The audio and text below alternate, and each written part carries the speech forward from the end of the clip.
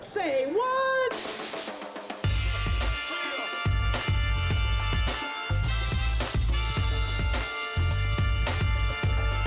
Hello and welcome back.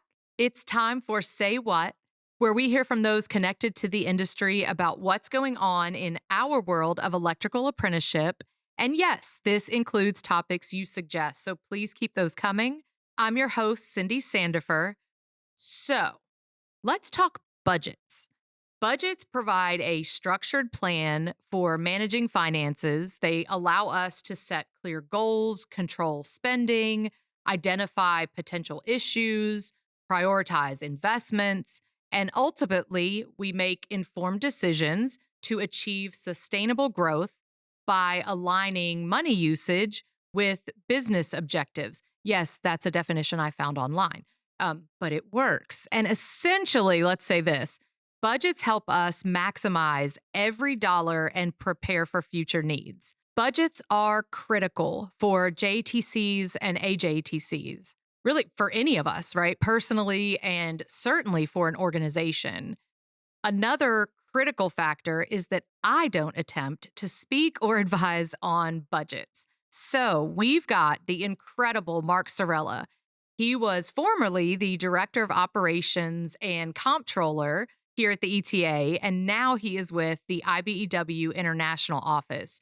Please help me welcome back Mark Cerulla. Okay, before we talk budgets though, we have to talk Say What, because I'm having like a bit of a surreal moment right now because you were a part of the inception of this podcast. Like you were, don't act like you're looking at me like you don't remember. It was not that long ago. I don't remember what I did yesterday. Okay. Well, let me remind you. Yeah, like it's wild to think like we had these meetings. We talked about, went through all the facets of creating something new. And then we did this. You were a part of the production team while you were being the Director of Operations at the ETA and the Comptroller. You were also producing a podcast. But it's wild to me. Like you used to run the teleprompter. Yeah. We had a whole thing. I was really sad when you moved on to the IBEW. Big learning curve. It was fun though. Yeah. And I still continue that because I do it for my church now. I'm one of the producers for the technical side of some worship services. So still have my hand in it. Okay. So we launched your volunteer career. Yes. We did that for you. Aren't you? You feel very I don't know, dedicated to us now. Yeah. Oh, I always feel dedicated. Oh, your family. It was just, anyway, doing an episode with you is just kind of surreal because it's like we created this together. It's bringing back memories. Yeah. It definitely brings back a lot of memories. So I need you to get behind the teleprompter and do your former job. Thanks for being here. As long as we can Zoom it, right? Okay. Yeah. Right. But okay, you're not here to talk about this, even though I'd like to sit in some nostalgia for a minute. Like we could go back to high school because we did attend the same school and that's right. You were there a good 6 years. Yes. In high school. Is that, what, Mark? Excuse me. This is the first time we've ever kicked a podcast guest off, but I think it just happened. Dang it. Okay. Let's get to budgets. Maybe you're a little nicer. You know how great I am with numbers and money. So I was just going to do this alone and thought, I'll bring Mark in to. Probably a good idea. It is. So we're going with the food pyramid. And I'm not going to talk about why. We just are. Let's talk about no healthy... offense taken here. I mean, if you look at me. Maybe I was hungry. Didn't feel like I needed to be on a diet. No, it's not. We're going to blame Greg Greiner. That's who we blame for this one. But it did make me hungry thinking about it as we started coming up with what we would discuss. But we are talking about healthy budget in the, same sense as a healthy diet, right? And there's ways to do it. You can still enjoy certain things, for the JTC, AJTC, but there are things we need to do. So kind of jumping in, and I had to do some research because I don't know much about the food pyramid, and I didn't know there were so many different ones. None of them allowed chocolate to be your base. I did find that was not in any of the standard ones, but there are a lot of different ones. So we're starting with fuel, in building blocks of a budget. So I'm a JATC, I'm an AJTC. What keeps us functioning? What are those things that just everybody needs it to build on? Well, first, let me frame where I'm coming with this. Okay. So thank you for giving me the questions ahead of time because I had to research the food pyramid See? too. And you found a bunch of them. And yeah, the Italian in me realized that pasta and cannolis was not part of any of them. So we need to keep those things updated. Something's not right there. Do you want to create a new one? There you go. Okay. Sweet. So I use that as my framework. And so it's not just budgets. It's really like a financial or a budget pyramid that kind of captures the essential financial components that you need to do that. It's very similar to, I don't know, if you want to look in the electrical industry, if somebody does not have a solid basic understanding of AC theory, they're going to have a bear of a time troubleshooting a three-phase motor and working with it. If somebody does not have these essential financial components, a good understanding of them in this pyramid, this framework, they're going to have a bear of a time creating and managing a budget. So it all kind of flows. So that's the framework that I use to structure this, because you can't just talk about budget without giving the framework or the structure, the fuel behind it. So Right. the first thing I was looking at is kind of like in your pyramid, you've got like the essentials, like these are your carbohydrates, your pasta, right? There's the pasta. Yeah, there's your foundation. That's your tier one. I would liken that to be your essential expenses, or what they call the operating expenses. These are the expenses that your organization has that go on. They're always there. You need to know them because you need to know what those are. If you're going to do an effective budget, you got to know what the essential budgets are. These are, or the expenses. You got to know these are your payroll expenses. The benefits, the facility expenses. Your rent or your mortgage. The maintenance on that. These are all the operating expenses, the essential things that make your organization go. You've got to have that. Regulatory fees, licensing fees. These, whether you're doing your mission or not, you're going to have these expenses. Foundation right there. That's the first foundation is, the tier one. That's your carbohydrates.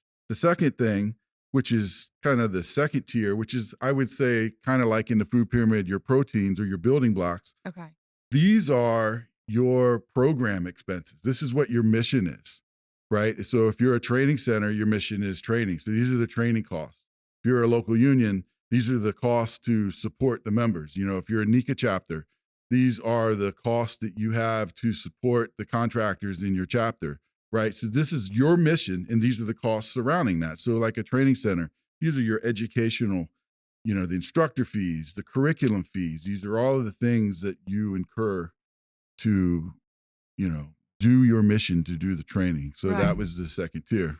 I can keep going on, but does that make sense? It does. And so when what about, I'm assuming this is first tier, is like your bills, right? Electricity, water, are those first? Is that one or is that, okay. Yes. Okay. Anything that is, your facility expenses. Okay. That's an operating expense.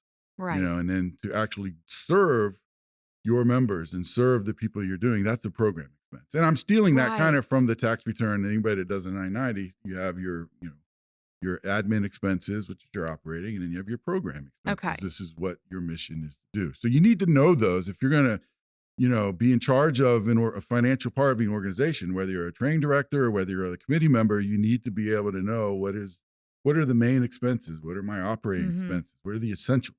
Yes. What's that second tier? What are my proteins? What's our program expenses? What are those? So those are the first two tiers as you go up, and then being mission focused, because that's what we are really, so that makes, it makes a lot of sense. So then building on top of your proteins is come to your fruits and vegetables, your nutritions, right? And, and that would be, I would consider those the professional development of your staff.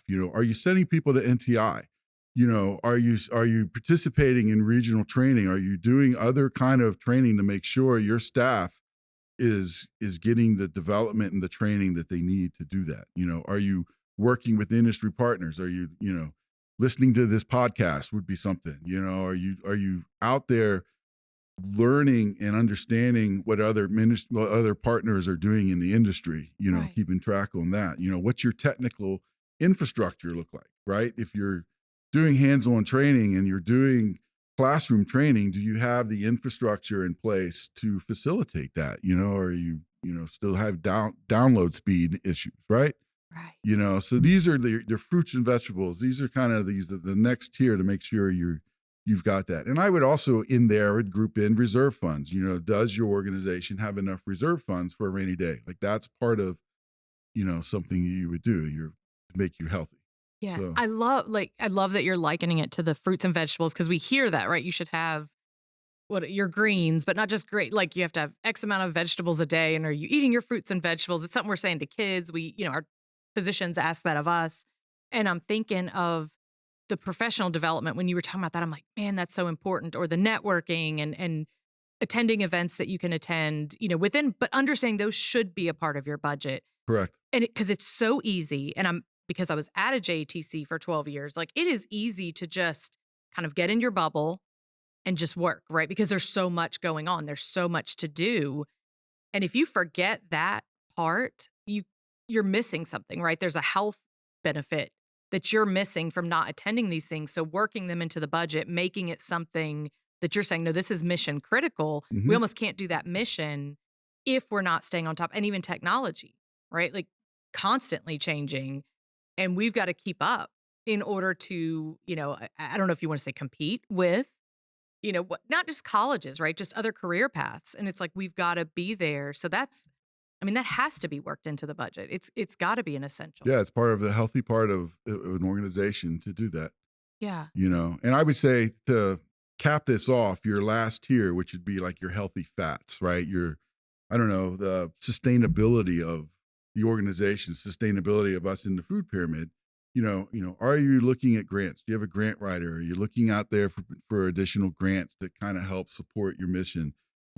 What kind of marketing outreach are you doing? Attracting apprentices, being out there in schools and in the community. And are you looking at capital improvements for your organization? Down the road, you think we may need to expand or we may need to revise classroom space to do that. So these are all part of the top part of that food pyramid or financial pyramid, if you will. Right. Because to assume like change is what the most constant thing, Hmm. the thing we fight against the most possibly, but it's the most constant. And it's like preparing for like one day this won't work. The size of the building might be fine. The parking lot might be fine, but I've heard JTCs talking about that. Like we've run out of parking spaces, or we've run out, the classrooms are getting too small and, which is a beautiful problem to have because it means you're growing, but it's still there. And so like being able to, I think that's really important. Like we don't know what the future holds. So making sure that we're ready, not just that reserve that you're talking about, like the emergency fund, but like this is our planning for the future Yep, moment that we don't ever want to just sit on and not take seriously. exactly. Oh, look at that. Okay. So how do we identify? Wait, was that the tier? I don't want to mess Yep, up the tiers. that was my tier. That's the structure or Where- frame for. Where's the sugar? I need aren't we allowed to have chocolate and See, that's ice a different cream pyramid. and That's a different I pyramid. don't like the one you use. I like the one that at least gave me like a little chunk of like wasteful. I know. Business wise, not good.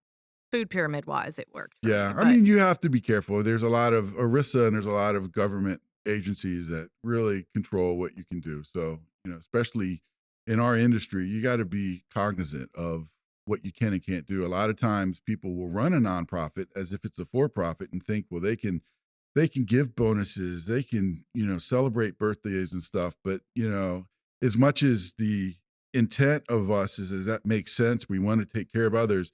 There are guidelines to say what you can and can't do because this is the members' money, right? So you have to keep that in mind. Is where you may think this is the right thing to do.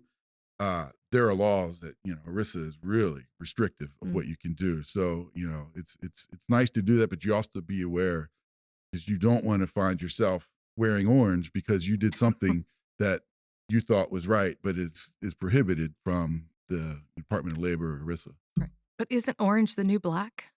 Yeah, not on me. Not on you. Okay. But you would look good in orange, Mark. I'm just saying.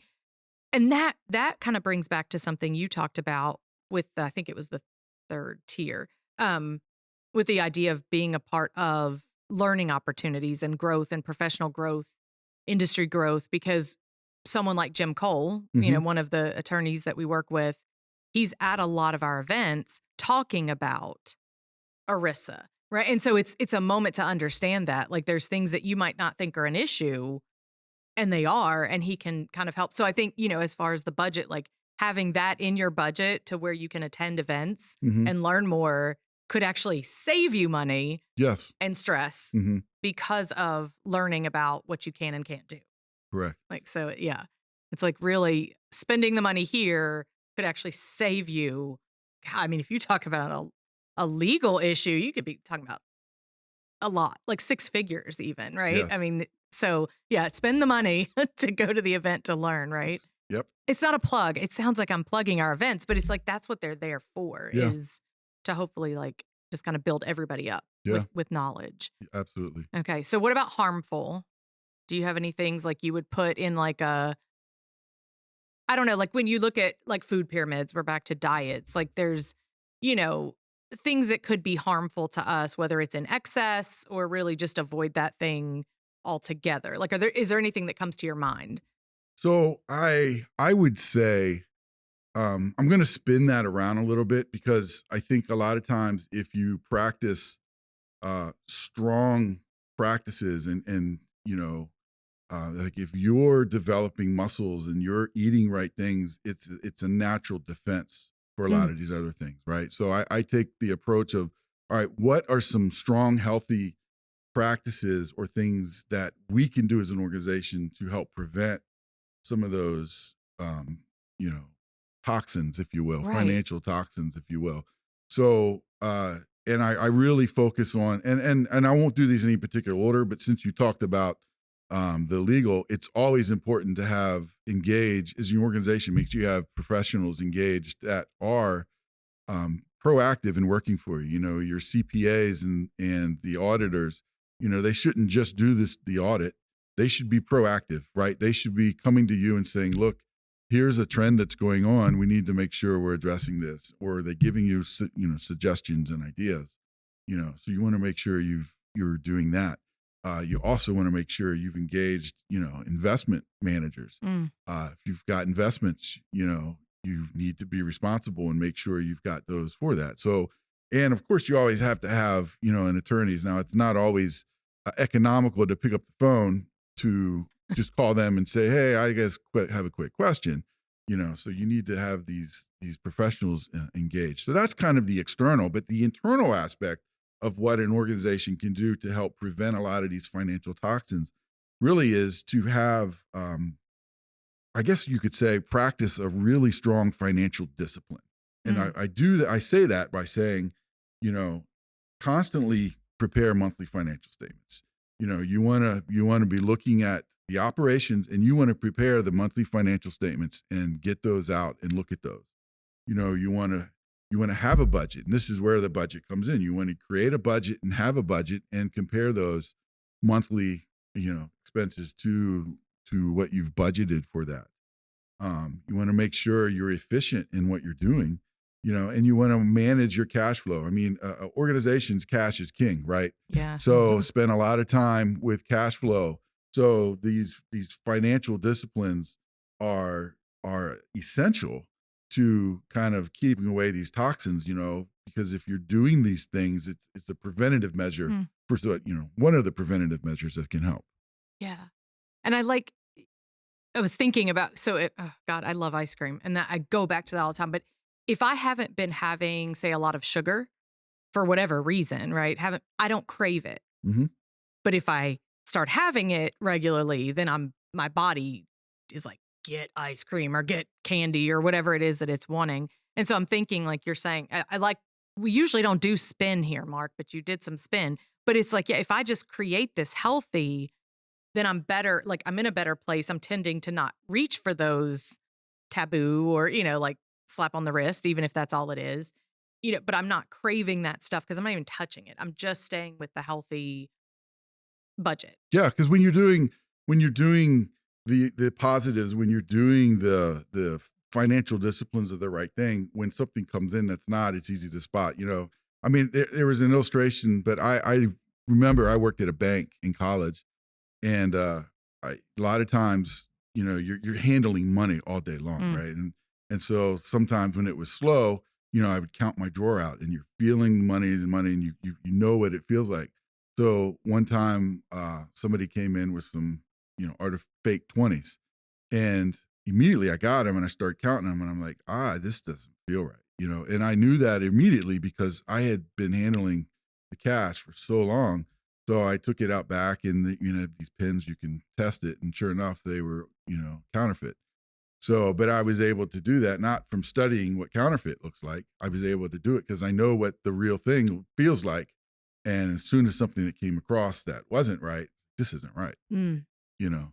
Yeah, So, so it kind of keeps there's something, I'm never gonna remember it now, but, yeah, there's something to that, like, to know it is to study it. mhm, I don't need to study what it if I know the real thing, then when that comes across, it's like, "Whoa, this is not mhm, what that is," right, that I know so well. So being in tune with your budget, with what's healthy for your program can help you to spot something, right, that's gonna potentially create a problem. And the experts, that to me is huge when you're talking about the CPA, the attorney, the person that maybe is understanding investments and funds. And, it's like we are never going to know everything. Like, I don't care what field you're in, I don't care where you're at, we can never know everything. And so to be at a JTC, whatever your role, and I'm picking JTCs, but like you said, it could be local unions, it could be NICA chapters, contractors, whoever. But at a JTC, if I'm a training director, it's very unlikely that I am also super skilled and knowledgeable in accounting, in finances, in legal things. I may have a little bit, right? I know a little bit here, a little bit there, but to have that person that is the expert, so you don't have to, like, to me, I love that. I don't have to worry.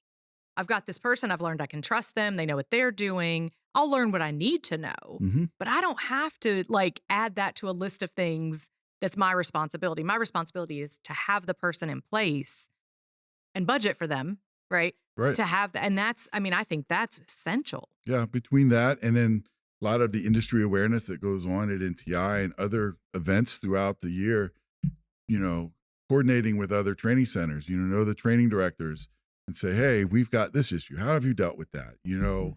Um, you know, even working with local NICA chapters, we're all in this industry together. Are you coordinating? Are you communicating with one another to kind of battle the things that you don't know?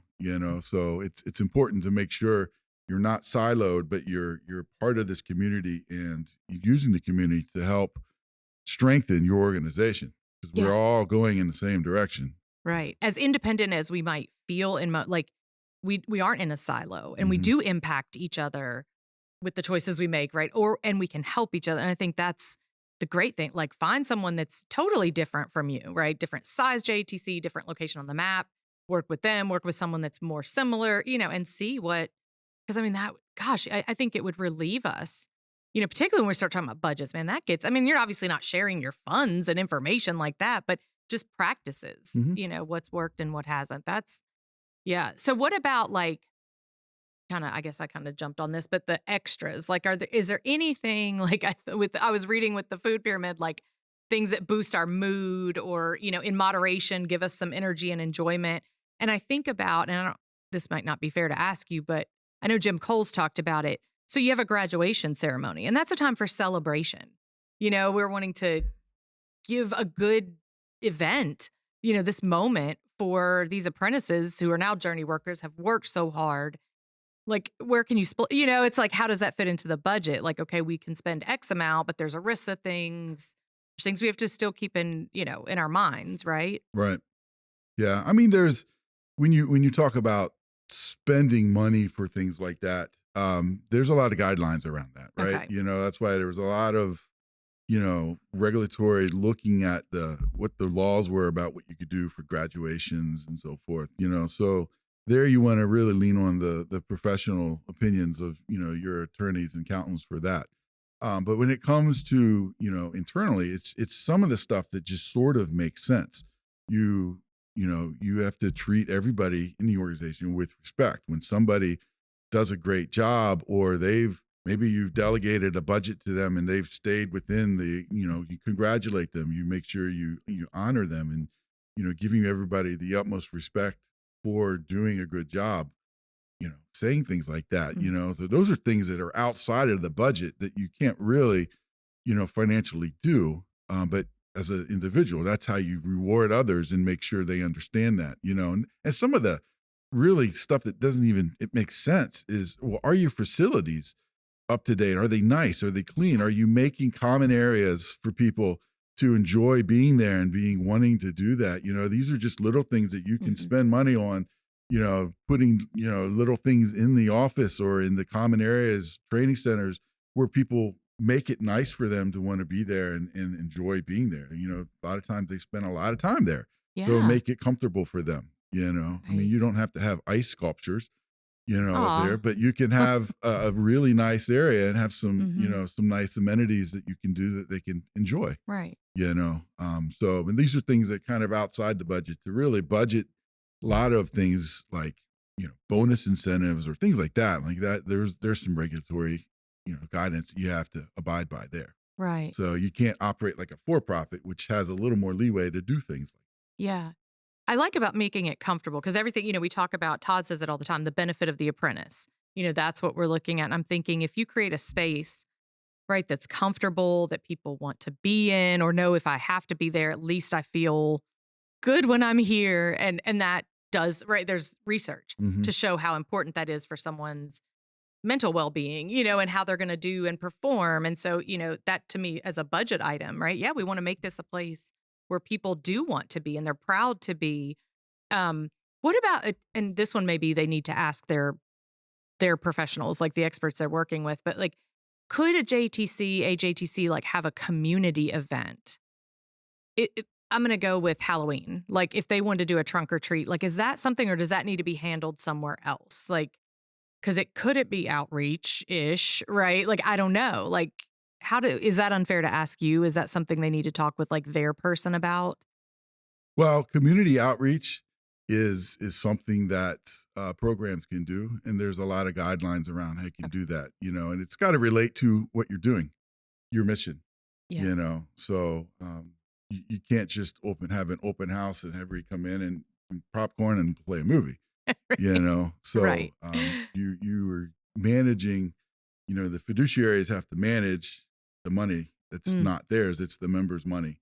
So every dollar has to go for making sure that you advance that cause. right. You know, And that's where I know, like, LMC or, yeah, LMCC, like, there's all these other things that I can just throw out the terms and probably couldn't explain it, but there's ways to make things happen, right? If the JTC themselves can't do it, right? There could be ways to community with your local union, your local NECA chapter, find ways, if you were like, hey, this would be a great outreach opportunity, and come together. I don't know. Am I making stuff up? no, I that's do that. that's those Okay. are certainly ways you can collaborate. And make sure that your legal counsel and the accountants are all on board to make sure that that's something that your organization can do. But there's definitely ways to collaborate in the community, and it's something you should do. Okay. Excellent. Okay. What are we missing? Is there anything we've Well, I forgotten? think Like, there's you've got to talk about maintaining strength and the supporting yourself as okay. when you're dealing with the food pyramid that I researched, I should say, with It's no missing pasta and no something, a cannolis. sweet. But Yeah. you have to continue to build and maintain. So there are some things as an organization that I would say these are like core operational nutrition that you must practice. You need to have strong internal controls as an organization. That's managing the cash. Or is the same person that's receiving money depositing the money and recording it in the books, and are they reconciling it? Like those are issues. Are the person same thing with dispersing cash? So you've got to have strong internal controls as an organization. And I say, well, why is that important? Well, if you're going to do a budget, right, you're going to use your financial reports to create that budget. If your financial reports aren't correct, then your budget's not going to be correct. And you're going to have major issues trying to manage an organization because you've got to have your financial statements correct. So strong internal controls don't necessarily stop at fraud. Yeah. It is, are they being recorded correctly? Right. So part of the internal controls in a strong is policies and procedures, or you're looking at your financial statements monthly and comparing because things get out of whack. Things get coded to one line and they shouldn't be another. So if you're looking at those monthly you can catch those and say, oh, our utility just got charged to rent. Rent's not that high. Why is it? And you can fix those so that throughout the course of the year, your financial statements properly reflect the organizational's financial transactions so that you can look at it and properly manage that. So at the end of the year, you can do a budget and say, these are the actual numbers. This is what we budgeted. And you can do that. You've got to have those in place to do that. And you need to make sure you've got people, different people looking at different things, So like, I'll just give you an example. I had a client once. I was out doing an audit, and they had one bank account that was small relative to the organization. It was small. It was a couple $1,000s in there. And I was there 2 weeks, and I needed the bank rec for that to finish the audit. So the last day, and I was periodically asking him for that. And he's like, I'll get to it. It's small. It's and I was like, I know you're busy. So finally, the last day, I was like, look, I can't do any more until I get that bank rec. So I'm going to wait till you give it to me. He goes, I'll get it to you. I'm sorry. It's such a small account. Well, he went on vacation the next week. So one of his assistants knew I needed that. So they go into his office and start working on the bank rec to get it to me. Well, 2 weeks later, front page of the Washington Post, here's this guy got arrested for embezzling hundreds of thousands of dollars through that bank account. And that's why he was the only one in charge of that bank account. And, so nobody else caught that, So internal controls are very important to maintain, strong stability, not just for fraud, but to make sure your financial reports are correct. Because if you don't have correct reports, you can't really manage because you don't really know what's going on. Right. Did we really bring in this much money or not? Did we really spend this much money in this category or not? So you've got to have that. Is your data, where is your data kept? Is it backed up? Right? Or are you putting on a thumb drive and you're putting it in your pocket and going back and forth to, home and work? Is your data secure? There's a lot of outside of things that you need to make sure is safeguarded to ensure that you can properly, run the organization, not just create the budget, because a lot goes into creating that budget. And if you can't trust where that's coming from, or you don't have it because you've lost it, then, you're going to be in a world of hurt. Right. And I love it. So, there's a bit of a like cover yourself moment there. Also, it's like, so I'm not going to be the person embezzling, but if I'm the only one dealing with this account, dealing with the situation, I don't want to sit, someone to come and accuse me of anything. I've not done anything, but if something's wonky, it's like, no, I want another pair of eyes on it. Right. I mean, would that be true? Absolutely correct. Yeah. And that's where if it's a small office, that's where maybe the trustees need to be involved and say, okay, perhaps one or two people have to do all this, but now the trustees come in independently and say, all right, we'll look at the bank statements and we'll do the bank, make sure the bank recs are right before everybody else gets their hands on it, So that's where in a small organization, perhaps some of the trustees may have to take in and do some of this review process so that one person isn't in a bad position to do that, because internal controls can be hard when it's small, but they can be, you can deal with it, so you just have to make sure there's multiple people involved. And that's where the trustees would certainly want to do that.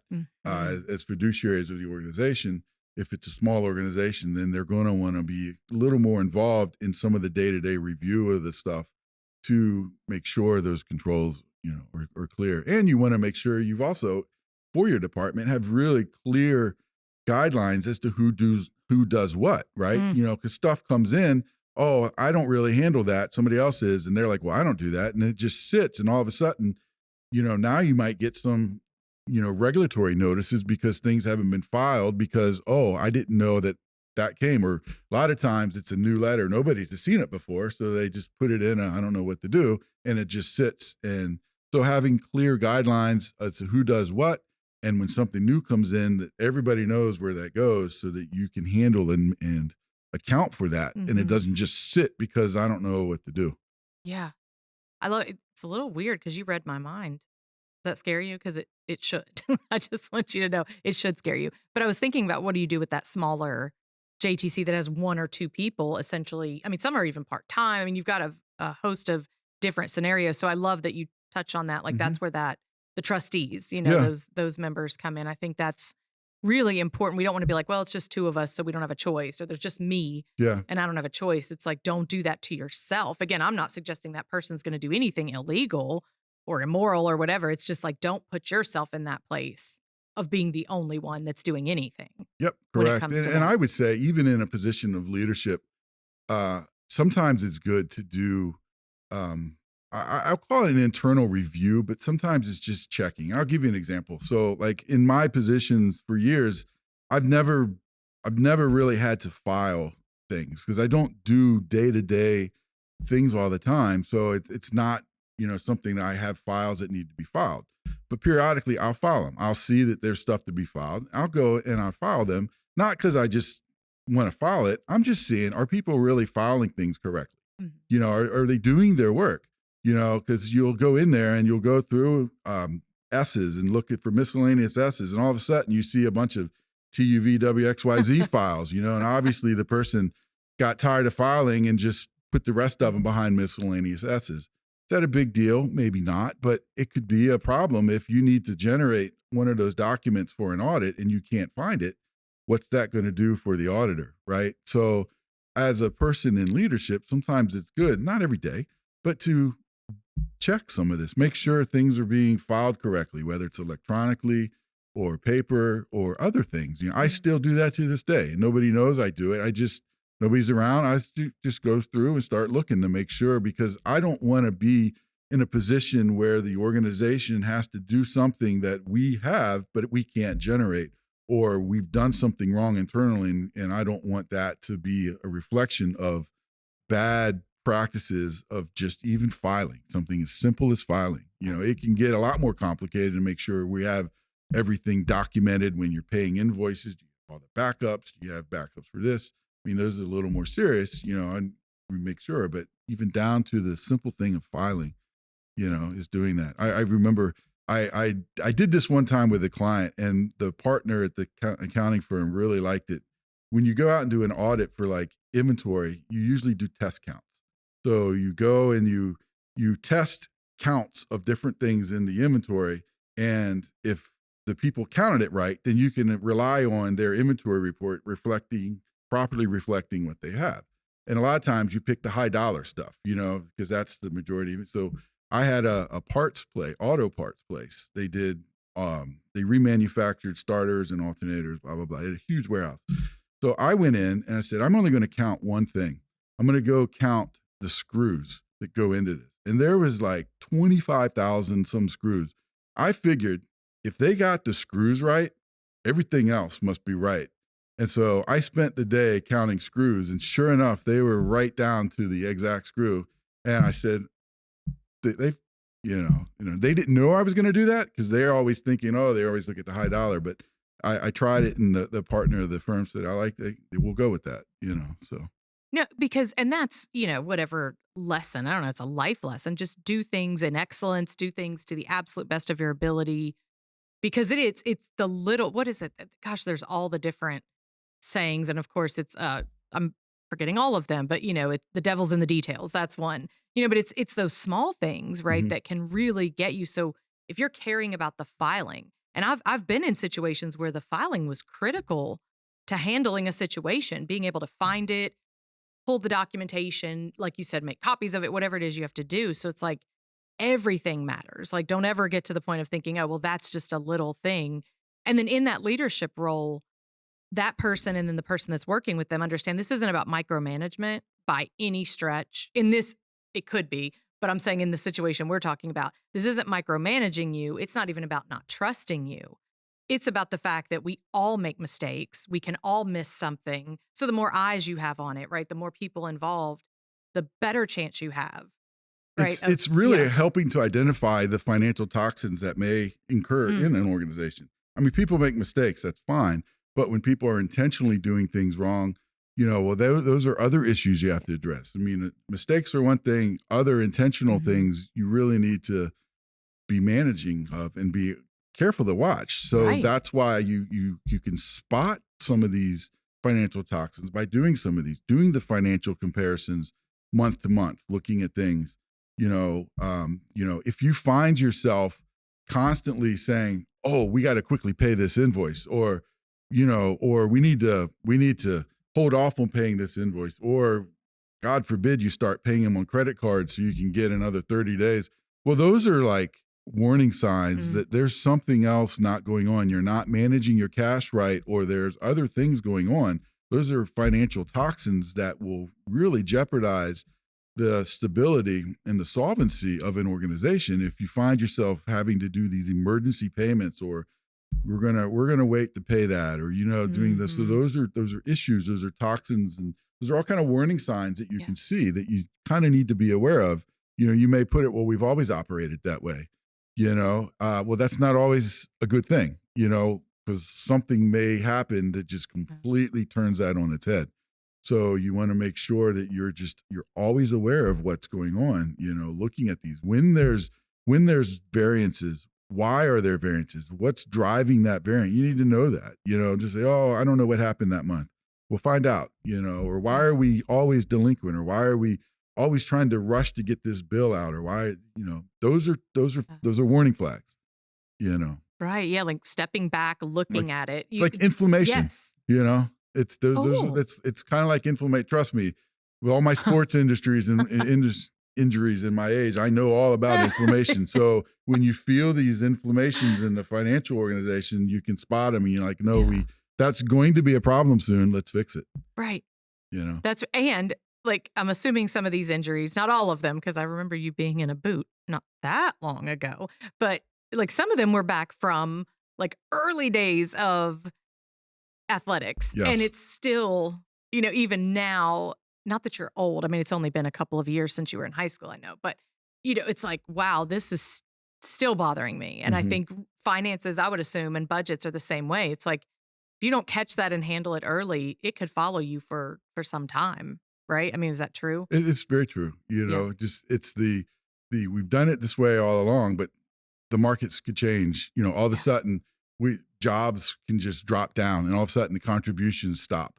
Yeah. And so what do you do then if that's never happened? But what if it happens? Yeah. We never had a pandemic, and that happened, right? Right. So are you prepared for things like that? That's where cash reserves and other things Mhm. come into play as well.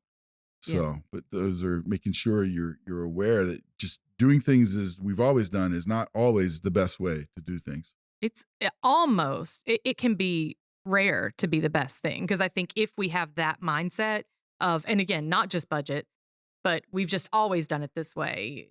It Okay, anytime you say that, that's to me a moment to pause and Mhm. say, okay, why have we done it this way? Why are we continuing to do it this way? What's best? And then you might find, yeah, we still want to do this, but it's because we did a thorough check on it, not because we've Mhm. just always done it. So I think with budgets, right, we never want to be like, well, it's how the training director 50 years ago did it. And, Yeah. we're still rolling with And it. and that's part of, I mean, you almost have to intentionally make a mindset of, I want to continue to develop. I want to continue to make the organization better.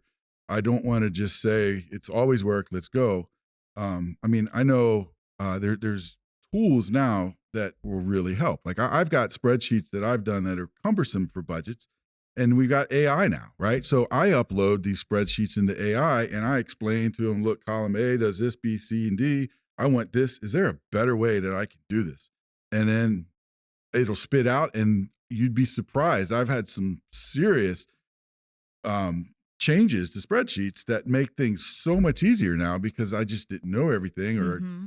some of the things have changed in software that I didn't realize you could do now. Yeah. So, but it's having a mindset of continually, how can we make this organization better? And when it comes to the financial aspects of it, there's a lot of aspects. If you're continually saying, I want to see how can we do this better, is this the right process? Is this the right do? Hmm. And it's you have to be intentional about it though. Yeah. Tools and resources, right? To Hmm. make it, I'm going to say easier, Yeah. right? Or at least more efficient. I don't Right. want to, easy is probably not the right word when you're talking about this kind of stuff. Okay. Anything else we've missed, Mark? Have we covered everything? What am I? I've- I think we've got a lot. I mean, we've hit yeah. some of the warning flags. I You think know. yeah. You've given it to me like what you've provided, with your new pyramid not containing all the stuff we want. But no, I'm kidding. I'm kidding. You gave us something to really, I feel like if I'm listening from a training center perspective, it's like, okay, here's some things I want to think about, right? I'm taking these notes. I'm going to look at my tier 1, tier 2, and just make sure we're where we need to be, talk over with the experts, make sure the staff and, everybody's on board and we understand who's doing what, where that second set of eyes, is on stuff. I mean, I think it's a really good place for people that are listening to plan. Yeah. Yeah. And I know this wasn't a how do you budget, and this wasn't a how do you budget with the food pyramid, but hopefully the framework you can understand. And, I've done budgeting presentations, and anybody that's been in them will know the first 50 to 75%, I'm talking about financial basics and financial statements, because you can't do a budget properly without understanding the basics and without understanding how financial statements work. It's just a natural flow that comes out. So that's why I did the pyramids in such a way is that you got to understand your operating expenses, your program expenses. What are some other things you got to do? How do they all work together to give you the reports that you need to manage the organization and then to properly forecast where your organization needs to be?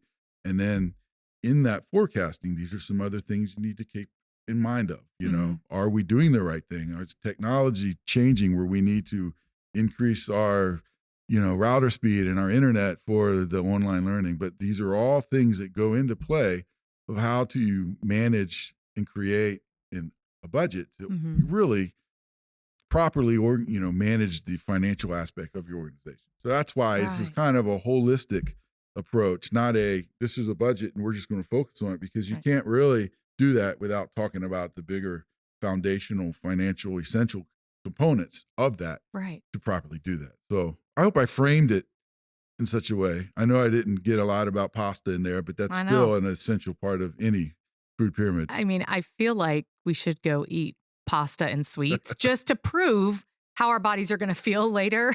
Exactly. That, it's important to be healthy. No, I understood it. And I am not being self-deprecating. I'm saying numbers, budgets, finance. I mean, I do fine with my own personal finance, but it's not my world. And so everything you said, I'm like, oh no, this makes sense. Like I could understand it. So the person out there that's a wizard at all of this and the person that's like, yeah, I barely get it.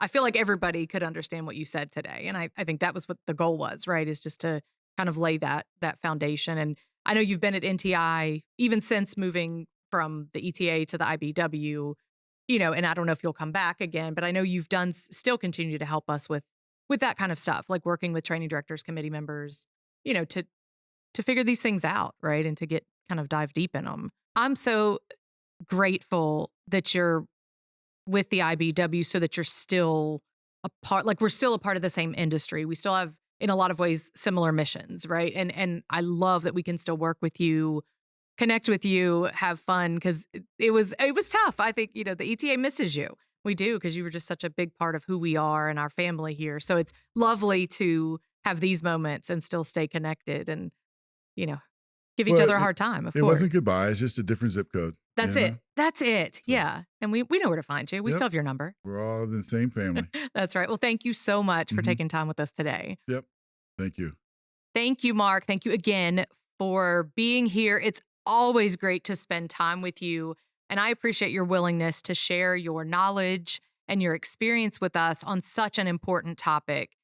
Big thanks to you, the listeners, for taking time to join us. Remember, we want to hear from you. If there are topics you would like us to cover, send me an email, saywhat, SAYWATT, at electricaltrainingalliance.org.